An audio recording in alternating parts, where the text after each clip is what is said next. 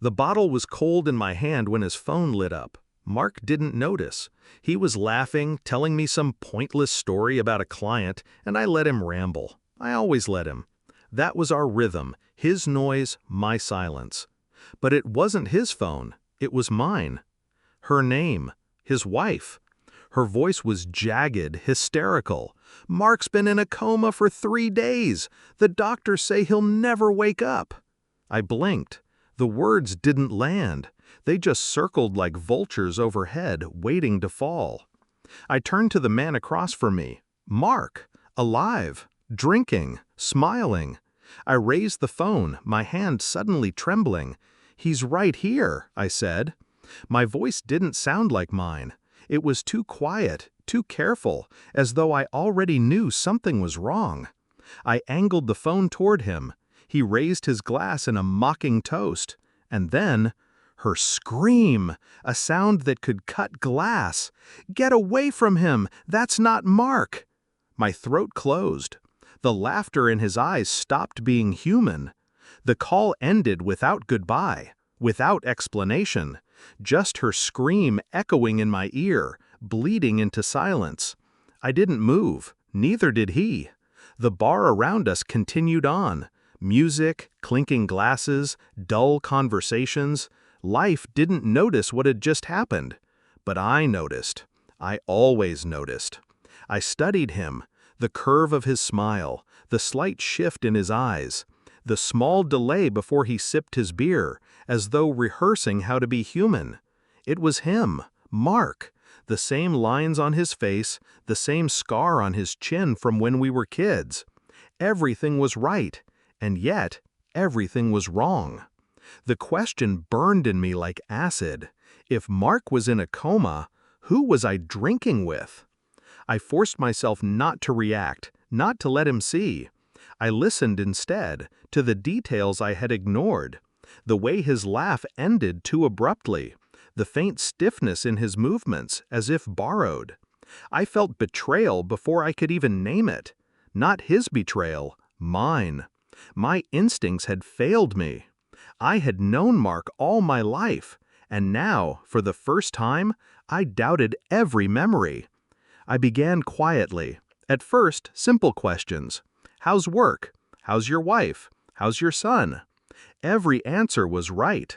Almost. Like a melody played slightly off key. He knew details, but the cadence was different. He remembered events, but not the feeling behind them. It was like watching someone wear his skin. That night I told him I was tired. I left before he could offer to walk me out. My hands didn't stop shaking until I was alone. I didn't sleep. Instead, I opened old photos, old messages, videos of us laughing. I replayed Mark's voice in my head, then compared it to the one across the table. Close. Too close. The next day, I drove to the hospital. Room 314. Mark lay there. Tubes, machines. His chest rose and fell with the help of electricity. His wife sat beside him, broken eyes staring into nothing. She looked at me like I was a ghost. "You saw him," she whispered. Not a question, a statement. I nodded once. Her face collapsed into her hands. The air in that room tasted wrong. I didn't ask the questions clawing at me. Not yet. I needed more. Proof. So I traced calls, I checked emails, I pulled financial statements and travel logs. Slowly, quietly, I constructed the map. And there it was. The meetings that never happened, the payments that didn't make sense, the second phone number hidden behind encrypted layers. Mark, whoever he was now, was living a double life long before the coma, and someone was still living it for him. The DNA test was almost an afterthought. A coffee cup he left behind, a strand of hair. It took a week of pretending to laugh with him, pretending not to notice the way his eyes lingered on me too long, like he was studying his own reflection. When the envelope came, I didn't open it right away. I poured a drink. I sat in silence. My hand rested on the seal, cold, certain. And then I read it. Not Mark. Not even close. A different man entirely. A brother no one knew existed. I confronted him in silence. We sat at the same table where this began. I slid the report across to him. No words, just the weight of truth between us.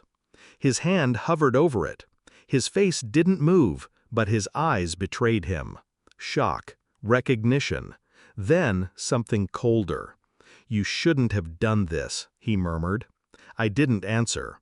I only watched him read the name that wasn't his, the name of the man he had buried inside Mark's life. He looked up. For the first time, he didn't smile. "I know who you are," I said. It wasn't anger, it wasn't accusation, just fact. He leaned back, exhaled slowly, as if waiting for me to threaten him. But I didn't. I let silence do the work. Silence always does. Finally, he cracked. He deserved it. Mark didn't appreciate what he had. I was the shadow, always the shadow. Now it's my turn. I studied him, the imposter wearing my friend's face. "You'll give it up," I said. His eyes flickered. "Or what?" I smiled. Small, deliberate, cruel. "Or I'll let her tell the world. His wife, his son, his colleagues, everyone will know the truth. And then you'll be nothing again. Not even a shadow." The color drained from his face. For the first time, I saw the real man behind the mask, pathetic, desperate, terrified of fading back into obscurity. He wanted Mark's life, but he feared losing his own more. I stood, left him with the report, left him drowning in silence. Mark died 3 weeks later. The machines were turned off. The funeral was quiet, suffocating. His wife wept. His son clung to her hand. The imposter wasn't there. He had vanished.